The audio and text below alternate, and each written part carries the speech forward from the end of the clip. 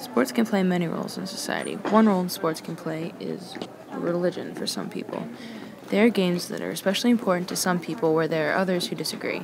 In the Radio Lab podcast we listened to, one of the commentators told a story about sports in his childhood. His father had given each member of the family their own team to love, and this commentator would reenact the entire game after it happened.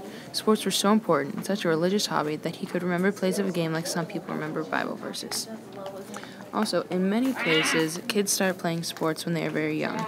Because so many sports are team-oriented and need social skills, sports can help kids learn their social skills before they even reach school. Right here. In my family, sports are such an integral role in growing up. I remember playing soccer as an elementary schooler and getting along with my teammates and other teams. Once, I even tried to help an opposing player up. While she refused my help, I learned that behavior not from school, but from playing sports for the majority of my life up until that point. Many of the social skills teens and young kids use nowadays are behaviors learned from sports and other team activities.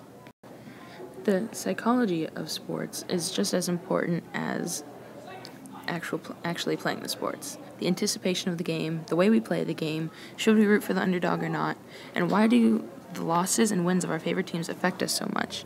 These are all things we think about, whether we know it or not, when it comes to a sporting event. Sports have become such a mental game as well as physical that the mental aspect has transferred over to the spectators as well as the players. When the Bruins won the Stanley Cup last hockey season, I felt like I had just won it. They are my hockey team, and I felt like I was going to be hoisting that cup above my head and shouting like a madman with a beard. Although I'm a girl and I don't know how that would work. Either way, the point is that I felt the win just as I had all season. This is what makes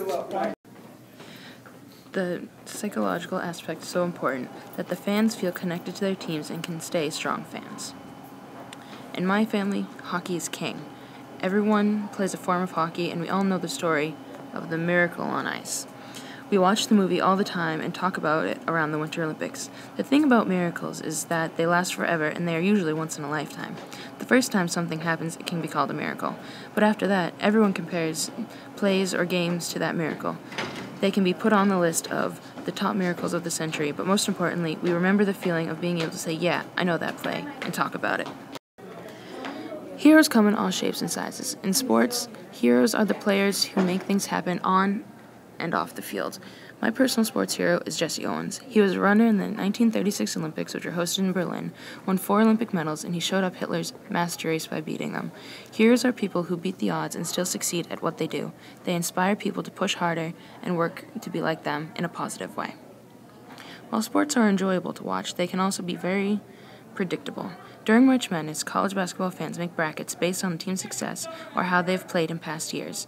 This relates to society because after a while, things can get repetitive, and events that happen to someone else can affect others who are going through the same things. It's like a chess game. The chess library documents every chess move ever so that the players can mimic other players, and games can be predicted based on the moves players are using.